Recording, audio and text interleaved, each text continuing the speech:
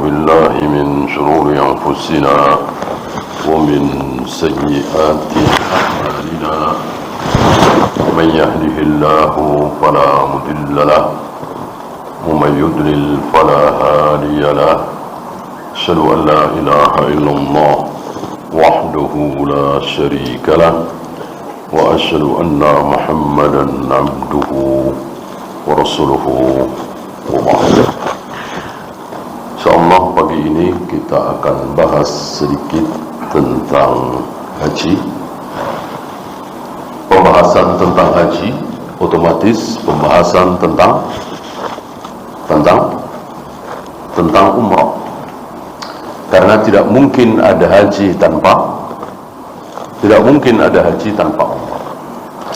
Kalau umrah tanpa haji, ya banyak sekali, ya kan?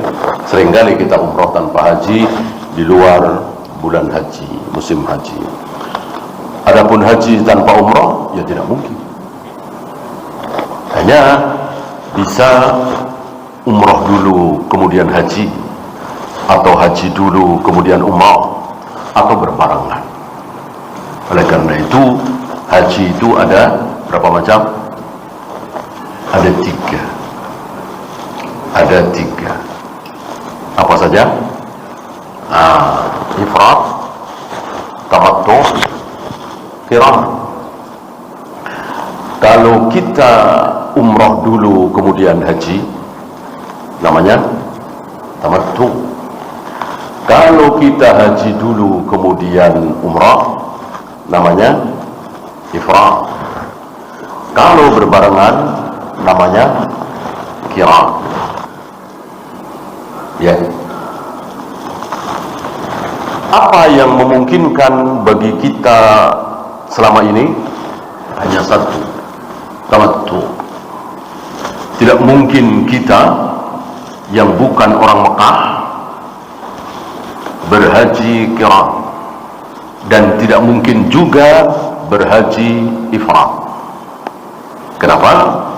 Karena haji ifrad yang dilakukan oleh Nabi alaihi salatu wassalam adalah dengan syarat membawa hewan kurban, namanya haji. Ya. Jika tidak membawa hewan kurban dan bukan orang penduduk Mekah, ya mau tidak mau tamattu. Nabi mengatakan, bagi kalian yang tidak membawa hadyu, hewan kurban, silahkan kalian bertamattu. Dan itu yang paling enak, yang paling nikmat. Oleh karena itu terlihat penyesalan Nabi kenapa membawa hewan kurban. Oleh karena itu orang yang mengatakan bahwa haji terbaik adalah ifrad, kalau haji tamattu harus bayar denda dam berupa kambing, ini sebuah kesalahan. Yang benar justru yang terbaik, kan sesuai dengan kaidah Rasulullah alaihi salatu wassalam. Apabila dihadapkan kepada dua pilihan, dua-duanya boleh, dua-duanya halal, Nabi pasti memilih yang berat apa yang ringan? Yang ringan. Dan itu sunnah. Ketika dihadapkan kepada kita dua hal, ya, Nabi memilih yang ringan. Ya. Berat ke masjid karena hujan, walaupun nggak terlalu gede. Di rumah boleh juga berjamaah dengan anak istri sekali-sekali karena hujan, kan?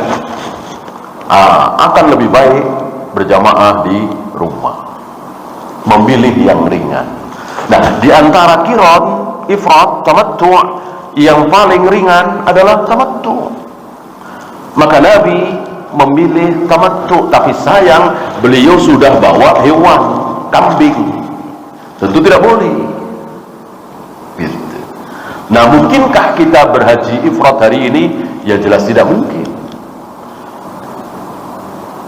Mana mungkin kita bawa hewan kurban kambing dari Soekarno-Hatta masuk pesawat, kan sangat tidak mungkin, gitu ya.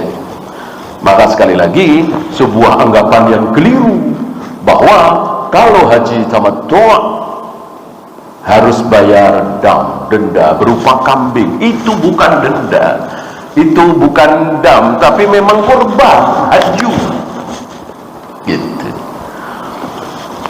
Karena bagi orang yang berhaji wajib, bagi orang yang berhaji wajib. Adapun kita yang tidak berhaji, khilaf bainal ulama, yang rajih tidak wajib menyembelih kurban itu, ya. Mustahil wajib. Kok Abu Bakar dan Umar ketika menjadi khalifah pernah tidak berkurban, gitu ya. Nah, kecuali orang yang berhaji wajib berkurban, gitu. Kalau kurbannya itu dia bawa dari rumah, ya di zaman Nabi ya nggak usah di zaman Nabi lah, 400 tahun yang lalu, 500 tahun yang lalu, ini hal yang biasa pergi haji bawa kambing. Karena kan tentu dengan perjalanan darat, ya kan, nggak mudah cari warung, bisa disembelih untuk makan, gitu. Nah, sudah ada kambing nih yang dipersiapkan untuk kurban. Nah, maka tidak boleh haji tamattu, gitu. Kalau belum membawa hewan kurban, maka harus haji tamattu. Oleh karena itu, kita nggak bahas haji ifrad, kita nggak bahas haji qiran, kita bahas yang kita alami saja, yaitu haji tamattu. Ya, saya awali dari pesawat, ya, dengan anggapan kita mendarat di Jeddah. Ketika kita mendarat di Jeddah, apakah kita sudah melewati mikot? Sudah.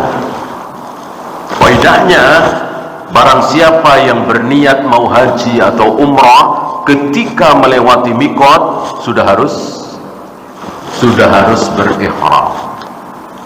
Berihram itu memakai pakaian yang tidak berjahit. Tidak berjahit di situ yang dimaksud yang membentuk tubuh, ya. Adapun berjahit tidak membentuk tubuh, nggak masalah. Misalnya kita pakai pakaian ihram, ujungnya itu ada jahitannya supaya rapi, nggak masalah. Atau anduk, ujungnya kan ada jahitannya, nggak masalah. Yang tidak boleh adalah memakai pakaian yang memakai pakaian berjahit yang jahitannya itu membentuk tubuh, baju, celana dalam, jas, dan seterusnya lah, ya. Nah, kita mulai dari pesawat.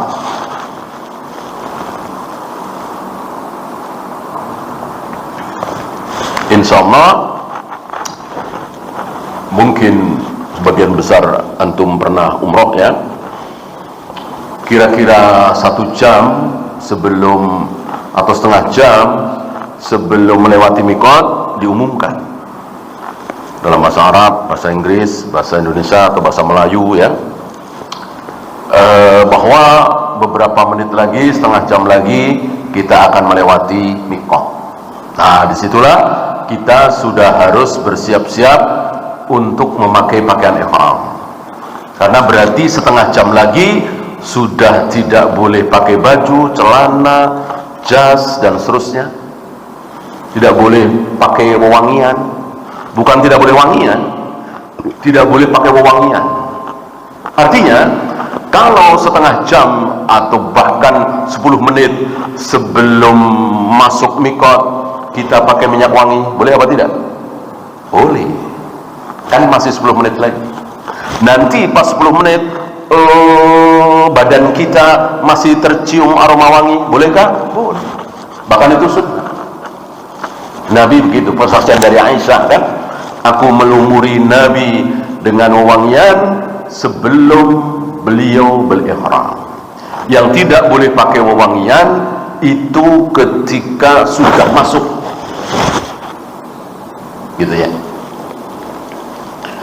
Nah, siap-siap kita memakai pakaian ihram. Bagi perempuan siap-siap melepas cadar bagi yang bercadar, ya. Karena dalam ihram sama dengan dalam salat tidak boleh memakai cadar, tidak boleh menutup wajah. Bagi laki-laki tidak boleh menutup kepala, peci, topi dan seterusnya tidak boleh.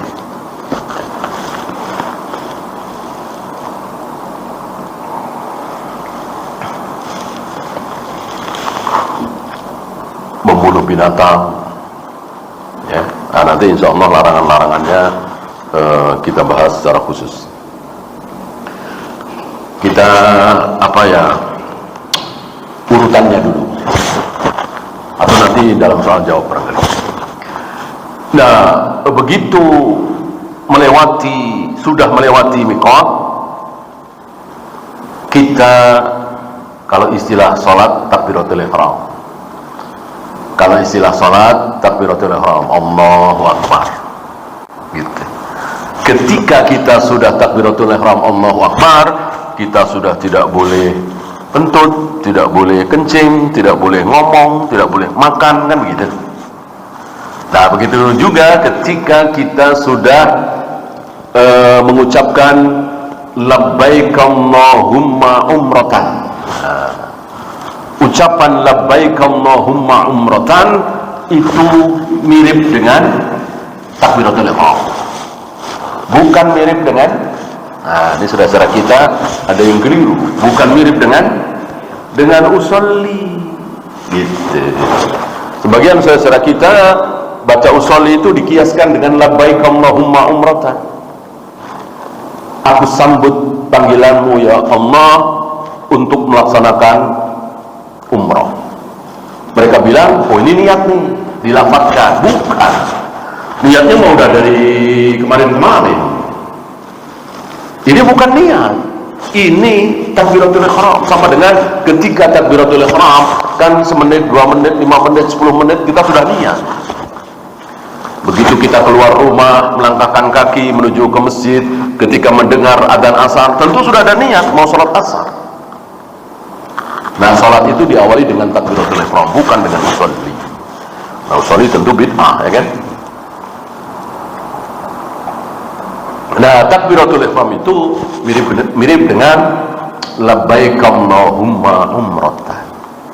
Nah, setelah kita mengucapkan labbaik Allahumma umratan ini, kita sudah tidak boleh tidak boleh pakai pakaian berjahit, tidak boleh pakai wewangian, tidak boleh pakai penutup kepala bagi laki-laki, tidak boleh pakai cadar bagi wanita.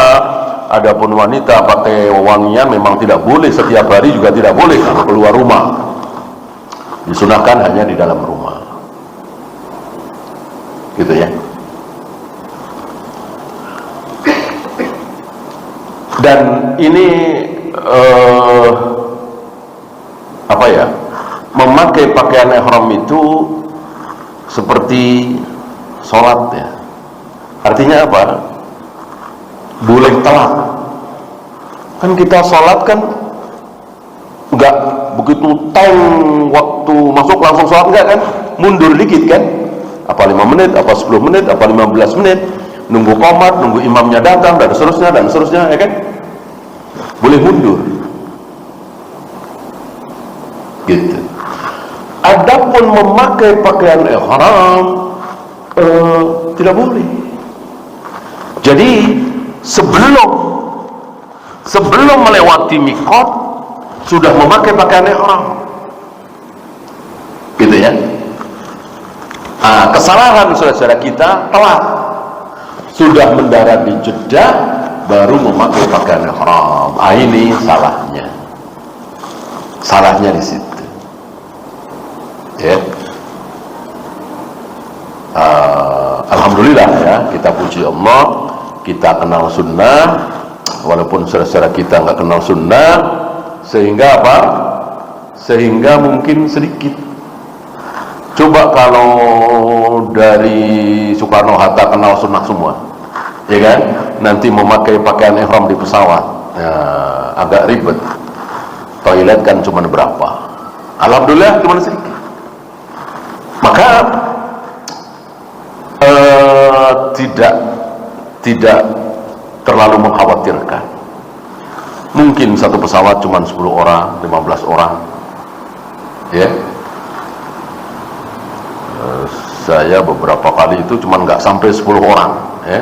Ya bisa saja kebetulan pas lagi banyak yang kenal sunnah, ya, banyak gitu.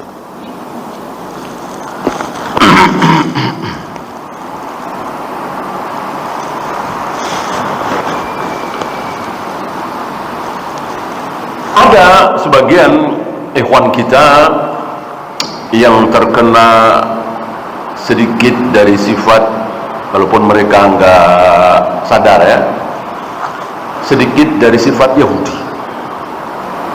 Apa? Kita dari Jeddah kan ke Madinah dulu nih.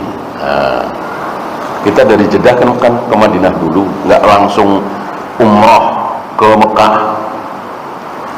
Kalau pakai pakaian ihram di pesawat, berarti pakai pakaian ihram itu dilepas. Itu setelah tahallul, ya kan? Setelah menggunting rambut. Padahal menggunting rambut itu setelah sa'i. Kan tawaf, sa'i, menggunting. Umrah kan cuma itu. Sementara kita mau ke Madinah dulu. Udah. Nanti kita niat umrohnya dari Madinah. Jadi sekarang jangan niat dulu. Ini tidak syak lagi. Ini apa? Istilah Yahudinya apa? Istilah Al-Quran untuk orang Yahudinya apa? Hilah, ngakalin. Berkilah kalau bahasa Indonesia ya. Ngakalin dalil. Ini jelas ngakalin dalil. Wah, emang dari kemarin-kemarin setor uang, cari travel, niatnya apa coba? Kan niat mau umroh, mau haji. Tiba-tiba ada perkataan, kita niat umrohnya nanti ketika sudah sampai Madinah. Jelas ini ngakalin dalil. Gitu. Kecuali dari Soekarno-Hatta langsung ke Madinah, mendarat di Madinah, betul itu belum melewati mikot. Adapun mendarat di Mekah sudah melewati mikot. Kan pilot lebih tahu dari kita, orang diumumkan kok. Coba kalau kita mendarat di Madinah, nggak ada pengumuman kita akan melewati mikot, nggak ada, emang nggak lewatin. Kan lumayan jauh, kira-kira 500 kilo kan dari Mekah ke Madinah. Kalau Jeddah ke Mekah kan dekat, paling 40-an menit ya dengan bus.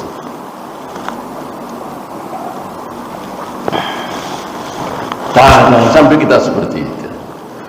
Oleh karena itu, kalau antum ikut travel, tanyakan, ini mendarat di mana? Kalau jawabnya mendarat di Madinah, aman, alhamdulillah. Cuman katanya kan lebih mahal gitu ya. Kalau mendaratnya di Mekah, tanya, habis mendarat di Mekah, mendarat di Jeddah, langsung ke Mekah apa ke Madinah dulu? Kalau jawabnya ke Madinah dulu, ya jangan ikut. Berarti berat sekali. Masa berhari-hari di Madinah pakai pakaian ihram terus? Kan pakaian ihram hanya boleh dilepas setelah tahallul. Sedangkan tahallul setelah sa'i di Mekah. Nah, kecuali mendarat di Jeddah langsung ke Mekah. Memang seperti itu mestinya. Ya.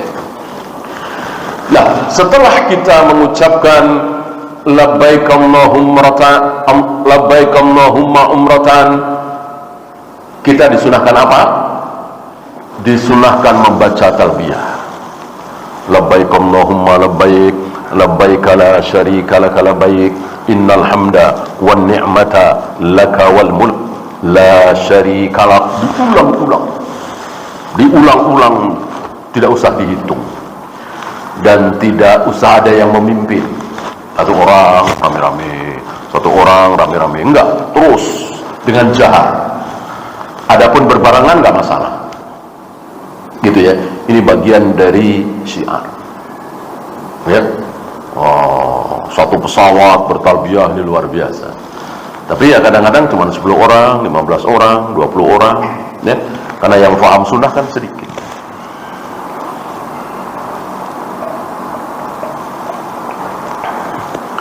Boleh berhenti tentunya, kalau capek berhenti, kalau ngantuk tidur, ya kan. Dan dalam keadaan ihram ini boleh kencing, boleh buang air, boleh apapun. Ya nggak boleh tadi pakai wewangian, pakai pakaian berjahit, menutup wajah bagi perempuan, menutup kepala bagi laki-laki, membunuh binatang dan seterusnya dan seterusnya. Di luar itu berarti boleh semua, gitu ya.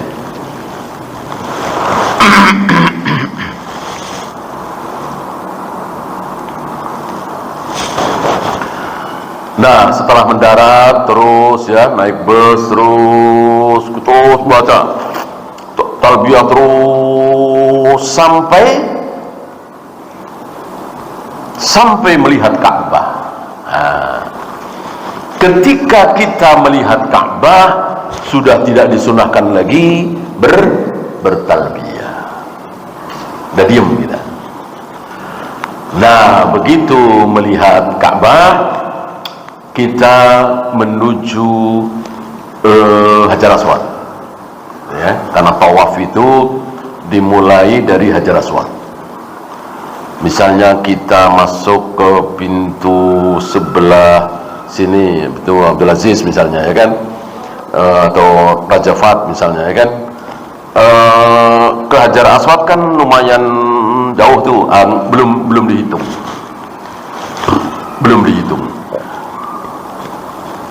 Begitu kita sampai ke Hajar Aswad, itu kan lingkaran ya. Namanya lingkaran kan gimana ya? Ini lingkaran ya. Nah, kita bisa saja menurut pandangan masing-masing, saya udah nyampe sebelah sini nanti. Nah, ini agak sulit, namanya juga lingkaran ya, kecuali kotak. Nah, oleh karena itu dibantu dari sebelah kanan ada lampu hijau. Sebelah kanan lampu hijau, sebelah kiri Hajar Aswad. Yang banyak dikerumunin orang, kan nggak pernah sepi ya, Ka'bah ya, 24 jam nggak pernah sepi. Nah, itulah Hajar Aswad. Nah, antara yang paling banyak dikerumunin orang sampai lampu hijau, kita berada di tengah-tengah. Alhamdulillah ada garis. Ada garis, itu untuk memudahkan. Nah, dari situlah mulailah kita tawaf 1, 2, 3, 4, 5, 6 sampai 7 ya. Dan disunahkan ketika melewati Hajar Aswad kita menciumnya kalau bisa. Tentu sulit sekali, jangan memaksakan diri dengan sikut-sikutan, dorong-dorongan, mau cari pahala yang tidak wajib, malah justru kita berbuat haram. Apalagi antara laki dan perempuan, ya kan? Maka nggak usah memaksakan diri. Nabi saja pernah tidak mencium karena memang lumayan berdesakan, padahal itu di zaman Nabi masih sepi sekali, ya kan? Nah, ketika beliau tidak bisa mencium, beliau sentuh Hajar Aswad dengan tangan beliau atau sesuatu, lalu tangan beliau cium. Gitu. Pernah juga beliau nggak bisa mendekat, lumayan mamai, tidak bisa menyentuh. Maka beliau berisyarat dengan telapak tangan kanan beliau, dengan badan menghadap ke Hajar Aswad. Jadi jangan begini, ya, tapi menghadap. Pas di garis itu, di sebelah kanan lampu hijau. Jadi kita membelakangi lampu hijau dengan mengucapkan Bismillahi Allahu Akbar tanpa dicium. Dicium salah tentunya, bid'ah, karena tidak ada contoh dari Nabi alaihi salatu wassalam menciumnya, berisyarat saja. Ya. Begitu juga ketika mencium Hajar Aswad, tetapi tidak sedang tawaf. Tidak sedang tawaf nih, besok-besoknya ke situ melihat Hajar Aswad agak sepi, lalu ke Hajar Aswad, lalu mencium Hajar Aswad, setelah itu duduk. Kira-kira dapat pahala apa dapat dosa? Dapat dosa. Kenapa? Karena Rasul dan para sahabat mencium Hajar Aswad itu selalu di sela-sela tawaf, ketika tawaf. Di luar tawaf tidak disunahkan mencium Hajar Aswad.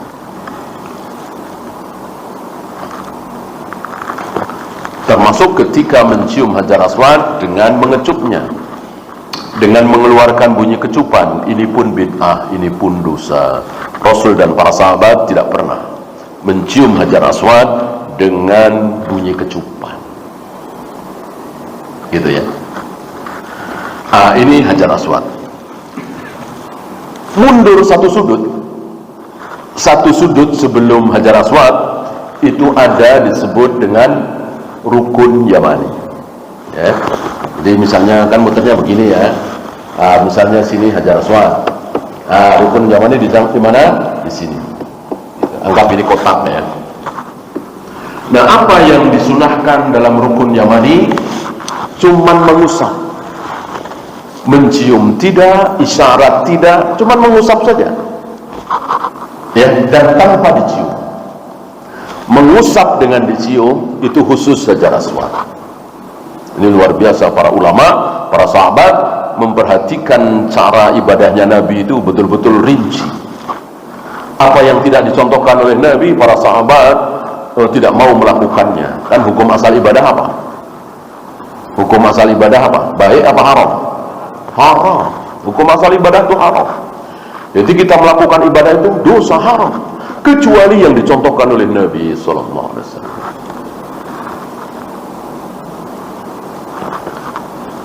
Apalagi Rabbana atina fid dunya hasanah wa fil akhirati hasanah wa qina adzabannar. Di mana? Di antara Rukun Yamani dan Hajar Aswad. Di antara Rukun Yamani dan Hajar Aswad kita disunahkan membaca tadi Rabbana atina fid dunya hasanah wa fil akhirati hasanah wa qina adzabannar. Mungkin sekali, mungkin 2 kali, mungkin 3 kali, tergantung cepat dan tidaknya kita jalan. Apalagi nggak ada lagi. Di sini baca apa, di sini baca apa, di ini ngusap apa, nggak ada. Cuma itu yang dicontohkan oleh Nabi sallallahu alaihi wasallam. Adapun hari ini luar biasa. Ada yang di sini lama, ada yang di sini, ada nempel kayak cicak, ada yang ini ya ini. Kecuali nanti setelah selesai tawaf. Setelah selesai tawaf, lalu di multazam di sini, ya, antara pintu Ka'bah dengan Hajar Aswad, kita menempelkan seluruh badan, dan ini tentu sangat sulit sekali. Nggak usah memaksakan diri, ya, karena berdesak-desakan luar biasa. Seandainya kaum muslimin semuanya faham sunnah, paham kaidah, mencium sudah, barangkali akan lebih mudah, ya. Tapi karena banyak saudara-saudara kita yang nggak kenal sunnah, ditambah dengan jumlah mereka yang ribuan, bahkan puluhan ribu, ya wajarlah sulit. Tidak usah memaksakan diri, nggak wajib ini. Sementara berdesak-desakan laki dan perempuan, sikut-sikutan, saling menyakiti, saling dorong, jelas ini berdosa. Ya. Nah, setelah selesai tawaf 7 kali, nah usahakan antum jalannya sebelum yang terakhir itu ya, yang terakhir sebelum lampu hijau agak nyerong ke kanan gitu. Jangan seperti banyakkan orang-orang hitam ya, selesai di situ, begitu selesai keluar langsung motong. Nah, tentu ini mengganggu yang lain. Jadi agak nyerong gitu ya, biar mudah. Nah, setelah itu sholatlah 2 rakaat. Sholat 2 rakaat. Sholat sunat tawaf. Nah, memang Nabi berapa kali menyebut sholat tanpa nama, ya. Salat tahiyatul masjid itu kan penamaan itu bukan dari Nabi sallallahu alaihi wasallam.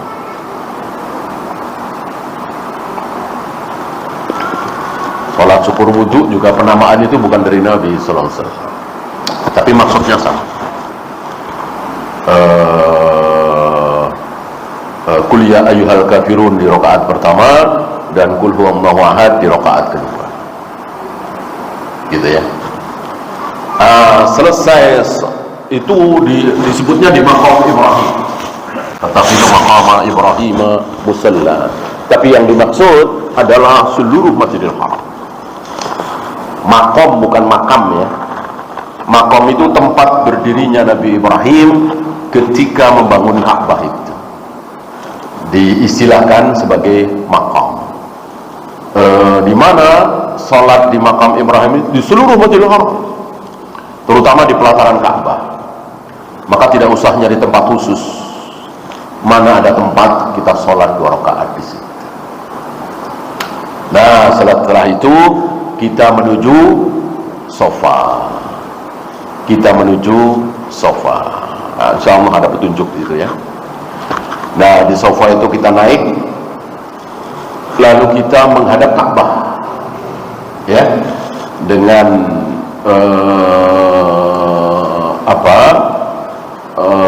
berdoa, minta apa saja, dan sambil mengucapkan innas safa wal marwata min sya'airillah.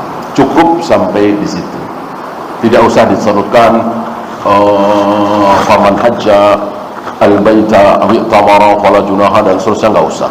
Yang dicontohkan oleh Nabi cuman innas safa wal marwata min sya'airillah. Ya. Berdoalah dengan kebaikan dunia dan akhirat, enggak usah terlalu lama. Kemudian mulai berjalan menuju Marwah. Nanti ada 2 lampu hijau. Ada 2 lampu hijau.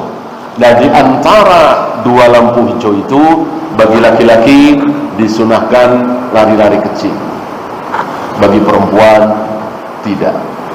Kalau di tawaf 3 putaran pertama ya, khusus bagi laki-laki juga. Tapi sekali lagi tidak mudah.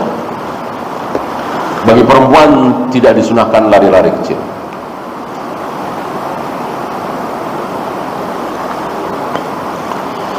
Sampai di Marwah seperti itu pula, menghadap Ka'bah, mengangkat tangan, lalu berdoa, mengucapkan tadi innas safa wal marwata min sya'airillah, berdoa kepada Allah kebaikan dunia dan akhirat, tidak terlalu lama, kemudian kembali ke sofa lagi. Dari sofa ke Marwah dihitung 1, bukan setengah. Dari sofa ke Marwah balik lagi ke sofa dihitung 2, bukan 1. Jadi bukan 1 red, bukan, tapi 2. Dari sofa ke Marwah ke sofa lagi dihitung 2. Dengan demikian 7 putaran tersebut berakhir di Marwah. Ketika sudah sampai Marwah terakhir, maka kita mencari tukang cukur, ya.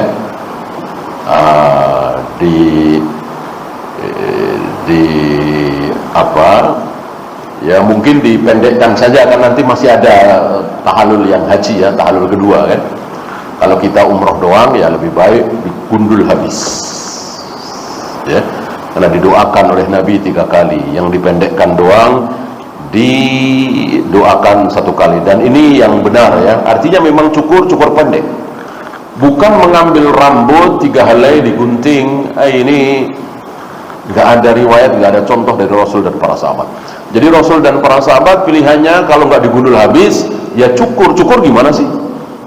Ya cukur ya, dicukur ya. Ya beda antara cukur dengan menggunting 3 helai rambut. Nah, kecuali perempuan dia seluruh rambutnya dikumpulkan, ambil ujungnya. Ambil ujungnya kira-kira seujung kuku. Mungkin berapa ini? 2 cm, 3 cm kali ya. seujung kuku dipotong, itu yang perempuan. Adapun laki-laki ya betul-betul cukur, cuman cukur pendek. Itu didoakan sekali oleh Nabi. Kalau cukur habis 3 kali. Dengan demikian selesailah umroh kita. Tinggal nunggu tanggal 8 Dzulhijjah. Ketika menunggu itu ya bebas. Bahkan suami istri boleh berjima dan seterusnya, sudah bukan dalam keadaan ihram. Ya, bebas melakukan apapun yang halal. Nah, setelah masuk tanggal 8 pagi hari tanggal 8 kita bergegas ke Mina, bukan ke Arafah ya. Kebanyakan jamaah Indonesia itu jangan tanggal 8 itu langsung ke Arafah, dan konon ini yang menyebabkan mereka kelaparan, karena pasokan makanan itu kan berada di Mina bukan di Arafah gitu. Dan disunahkan tanggal 8 itu memang di Mina bukan di Arafah. Di Arafah besok tanggal 9. Tanggal 8 itu ke Mina. Ngapain di Mina? Sholat duhur, sholat asar, sholat maghrib, sholat isya, sholat subuh. Cuma itu. Karena ibadah adalah mencontoh Nabi, ya apapun yang dilakukan oleh Nabi kita ikuti. Nah, kebanyakan saudara kita, ya ngapain orang nggak ngapa-ngapain kok ke Mina? Ya nggak ngapa-ngapain, memang nggak ngapa-ngapain. Cuman sholat duhur, sholat asar, sholat maghrib, sholat isya, sholat subuh dengan dikosor, yang 4 rakaat dikosor, tidak dijama. Ngapain dijama? Orang nggak ngapa-ngapain, kita di situ terus 24 jam, gitu. Nah, inilah ibadah, karena Rasul dan para sahabat mencontohkan tanggal 8 itu betul-betul di Mina, sholat duhur sampai sholat subuh, ya kita ikuti, walaupun nggak ada ritual apapun. Tentu sudah memakai ketika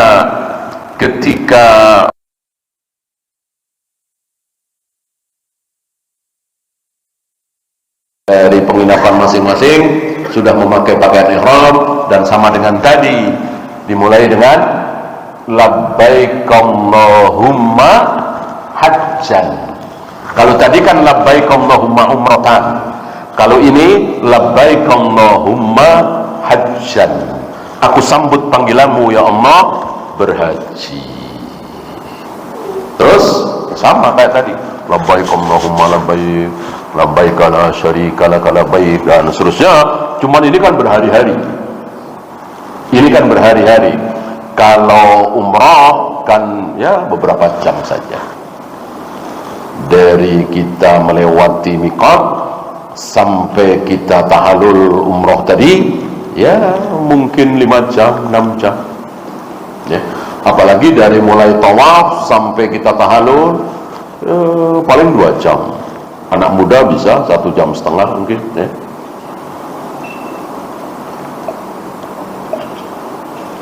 Adapun haji kan berhari-hari, dari tanggal 8 sampai tanggal 12 atau 13, tergantung nafar awal apa nafar tsani.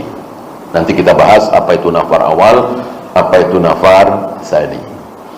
Jadi ada orang berhaji tanggal 12 Dzulhijjah sudah selesai, ada yang 13 Dzulhijjah baru selesai. Ya. Nah, sekarang masuk tanggal 9 pagi, ya. Tanggal 9 pagi itu setelah sholat subuh, ini sholat terakhir di Mina ya. Nanti balik lagi setelah Arafah ya. Kan tenda-tenda itu kan di Mina. Kemudian kita berangkat ke Arafah. Siap-siap berangkat ke Arafah. Ini kita nggak bahas teknis ya. Kalau teknis kan saya nggak tahu apa pakai bus, jalan. Waktu itu saya memilih jalan ya, karena memang luar biasa macet.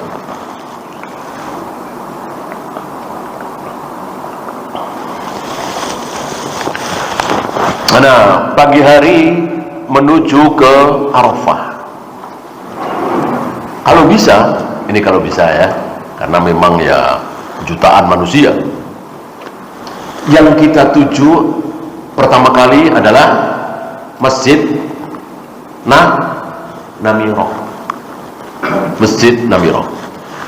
Di zaman Nabi SAW dan para sahabat, Masjid Namirah ini letaknya di luar Arafah. Di luar Arafah.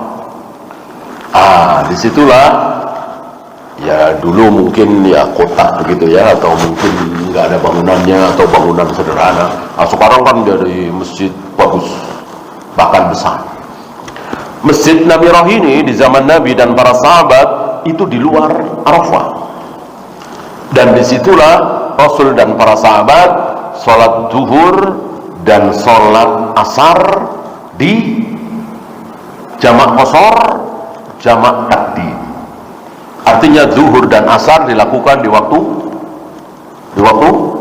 zuhur, ya, dan diawali dengan khutbah Arafah. Gitu. Dan itu masih di luar Arafah. Setelah sholat zuhur dan asar jamak qasar tadi, masuklah ke Arafah. Gitu.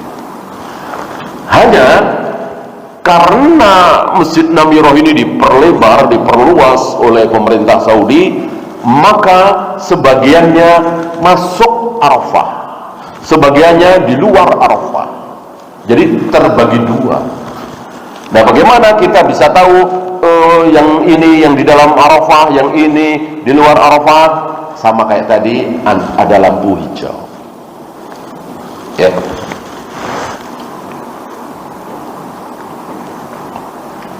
Nah, usahakan sebelum sholat zuhur dan asar, ketika sholat zuhur dan asar jamak takdim tadi masih di luar lampu hijau, masih di luar Arafah. Begitu setelah sholat zuhur dan asar jamak qasar tadi baru masuk. Tapi ini tentu tidak wajib ya. Artinya sebelum itu sudah di Arafah nggak masalah. Karena waktu wukuf itu memang habis zuhur sampai maghrib. Nah, setelah habis zuhur, disitulah waktu dan tempat. Biasanya kita cuma waktu ya. Ini ada waktu dan tempat di mana Allah turun di atasnya. Yang selama ini kita alami, yang kita tahu bahwa Allah turun ke langit dunia itu karena waktu, sepertiga malam yang akhir. Ini tempat di Arafah, dan Allah membanggakan orang-orang yang sedang wukuf di Arafah itu. Ini wukuf namanya ya, dibanggakan oleh Allah. Dan tidak ada hari yang membuat iblis ketakutan kecuali hari itu. Hari itu iblis luar biasa ketakutan. Ini keutamaan yang luar biasa, orang yang berada di Arafah di tanggal 9, dan itu puncaknya haji.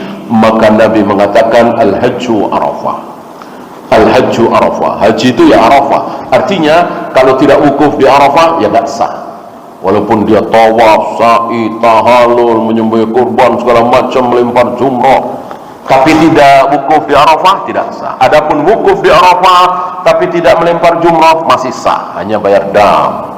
Tidak, ini masih ada jalan. Adapun tidak wukuf ya udah nggak ada jalan. Ya kalau di sholat ya baca Al-Fatihah, ya kan, tidak bisa tergantikan gitu kan.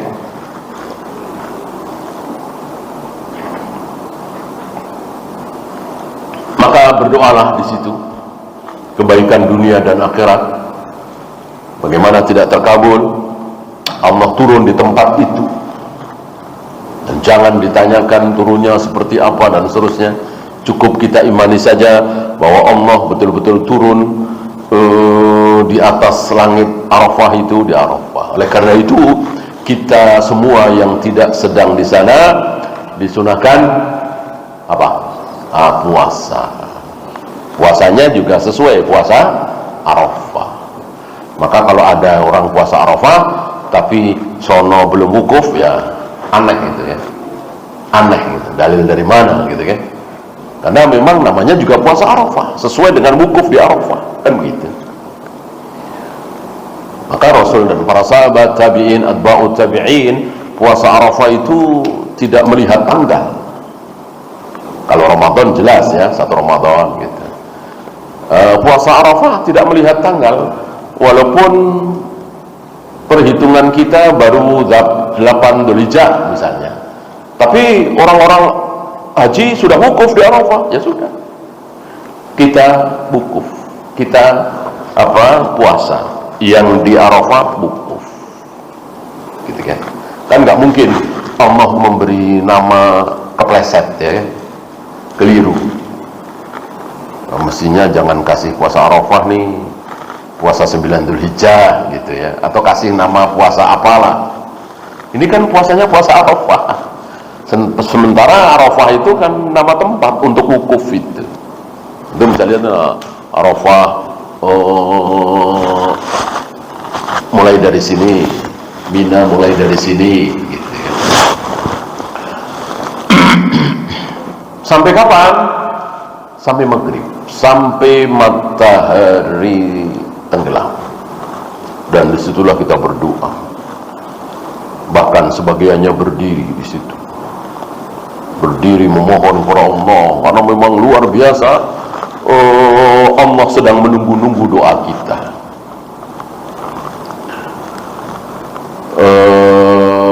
Setelah maghrib, matahari tenggelam, jangan sholat maghrib dulu.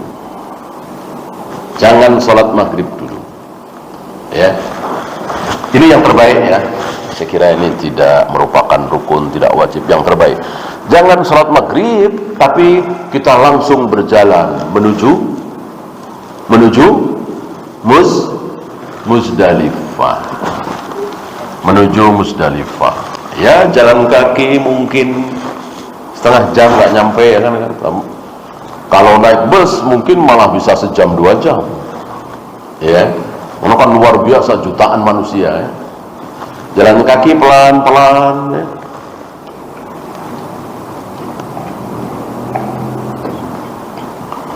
Sampai di Muzdalifah, sholat maghrib dan sholat isya jamak qashar 3-2 ya.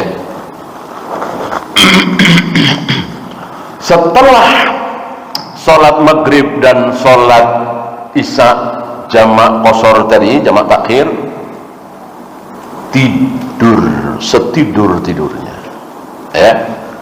Udah nggak usah baca Al-Quran, nggak usah, kecuali biar ngantuk ya, nggak usah sholat malam, tidak disunahkan, tidur setidur-tidurnya sampai subuh. Nah, kesalahan sebagian jamaah kita itu cuman sampai tengah malam.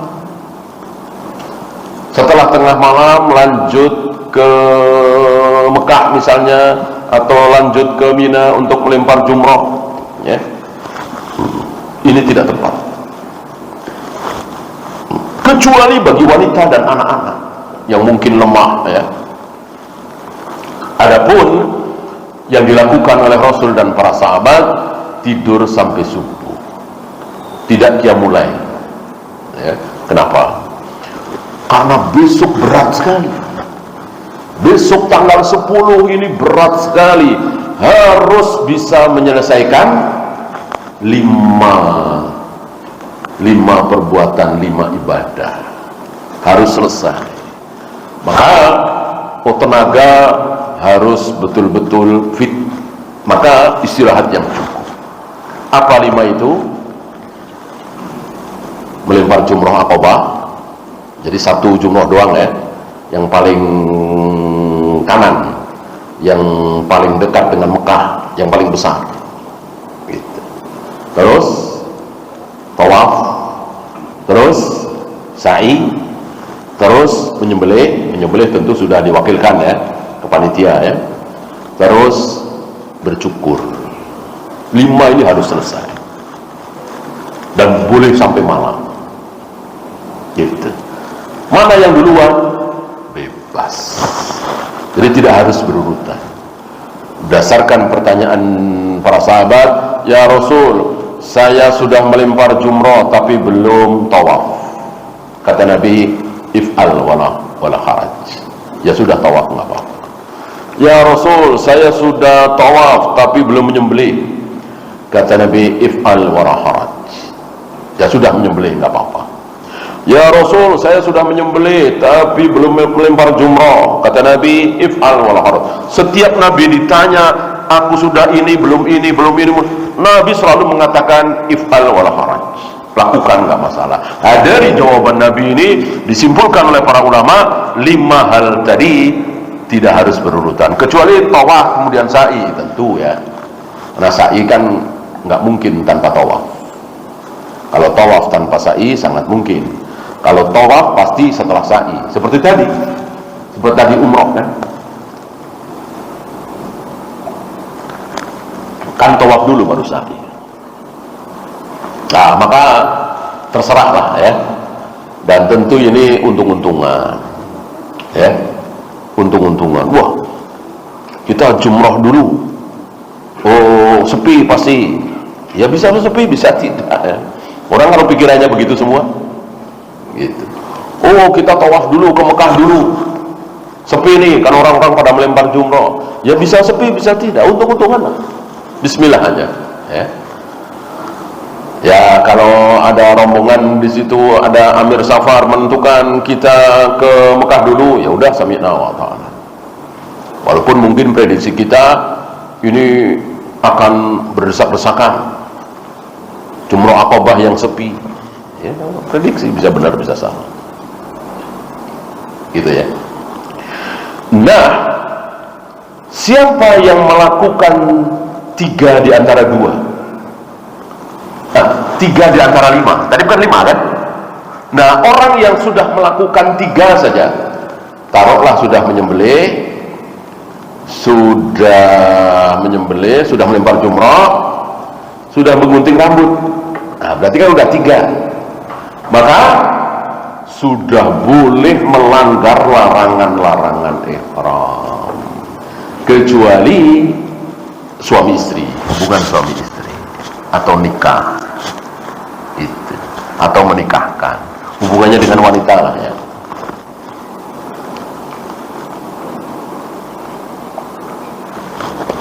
Oleh karena itu, misalnya ya, pagi itu antum meninggalkan mana? Tanggal 10. Pagi itu tanggal 10 pagi antum meninggalkan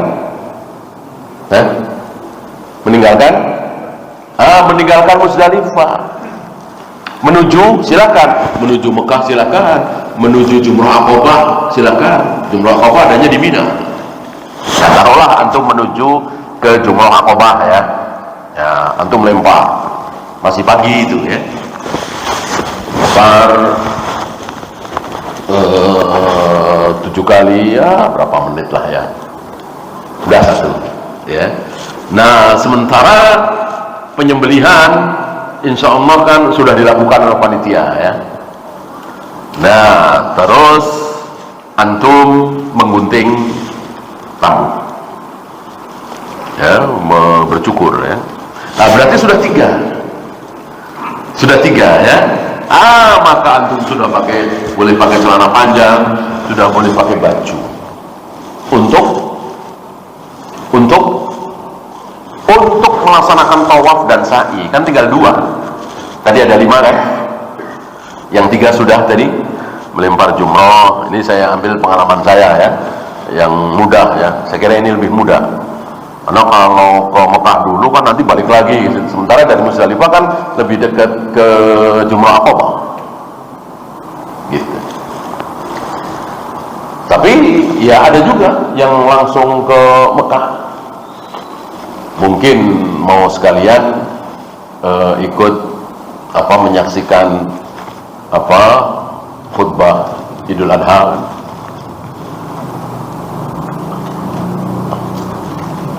Tapi kita nggak usah mikirin sholat Idul Adha, nggak usah mikirin.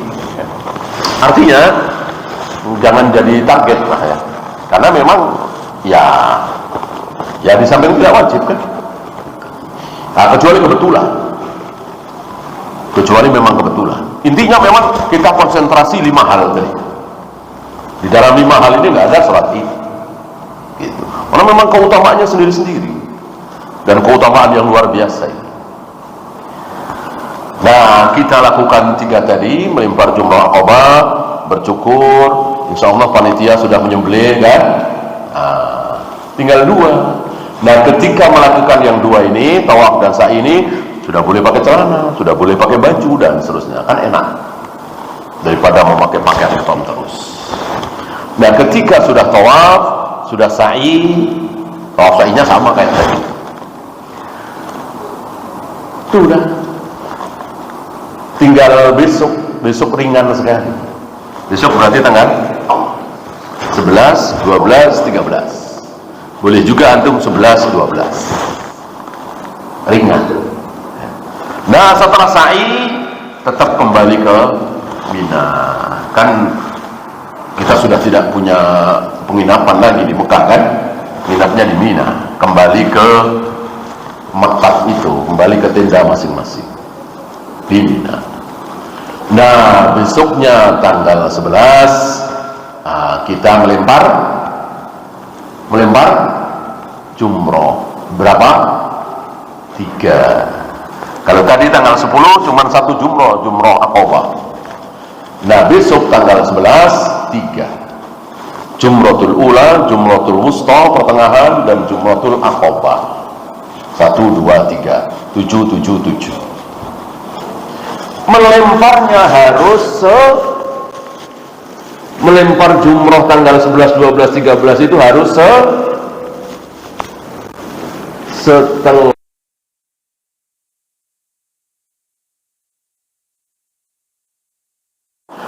adapun saudara-saudara kita melihat jam 10, jam 9, mumpung sepi nih, melempar jumroh ini menyelisihi sunnah Nabi SAW. Mengikuti sunnah Nabi kan wajib, ya kan? Sunnah siapa yang kita ikuti kalau bukan sunnah Nabi SAW? Begitu pula tanggal 12-nya melempar 3 jumroh tadi. Pertama, kedua, ketiga, 7, 7, 7. Ya. Setelah melempar itu boleh pilih mau langsung sudah selesai ya, selesai pulang atau ke Mekah atau ke Madinah atau apalah ya,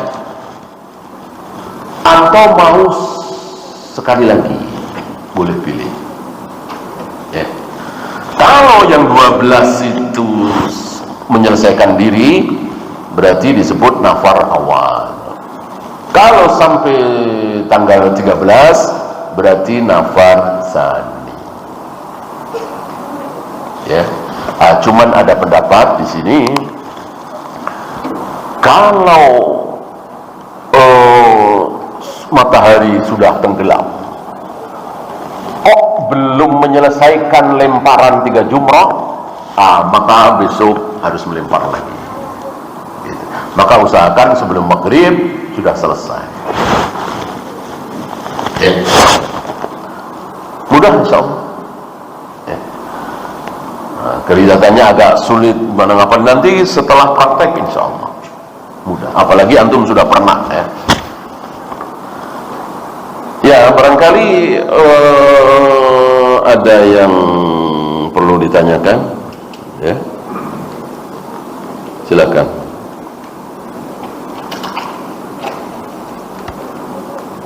Sedikit tentang pakai pakaian ihram ini ya.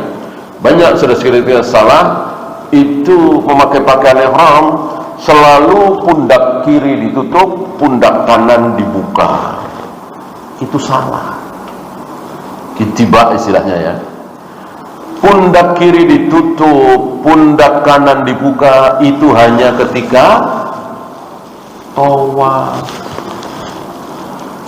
Tawaf pun sebagian ulama mengatakan khusus tawaf ifadah, gitu ya. Adapun ketika tidak sedang tawaf, apalagi sedang sholat kan harus ditutup, pundak ini harus ditutup. Ya. Nabi mengatakan jangan biarkan antara pundakmu dengan langit tidak ada apa-apanya. Walaupun nggak ada pakaian, nggak ada kain, nah, ambil benang untuk menutupi. Artinya ketika sholat pundak kita harus tertutup, tidak boleh dengan langit itu tanpa penutup. Gitu ya. Nah, dengan pakai ittiba tadi berarti kan terbuka pundak ketika sholat, dan itu salah. Dan di sini saya melihat beberapa kali warga Mekah, Madinah begitu pedulinya ya dengan jamaah Indonesia ketika sholat, pundaknya terbuka karena pakai pakaian ihram salat tadi, didekati, ya, dibenarkan, dibetulkan. Ya, walillahil hamd. Ya, silakan, ada pertanyaan?